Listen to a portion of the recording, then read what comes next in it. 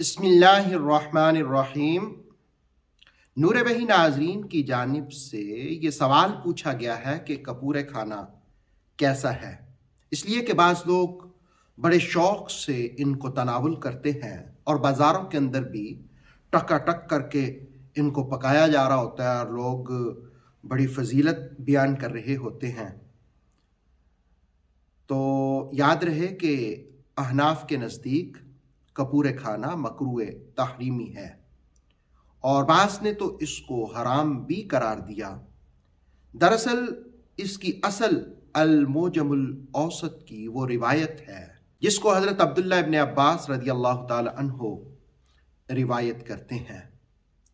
उसके अंदर यह है कि रसूलुल्लाह अलैहि सल्लम ने फरमाया कि हलाल जानवर के अंदर ये 7 चीज़ें खाना से आपने मना किया।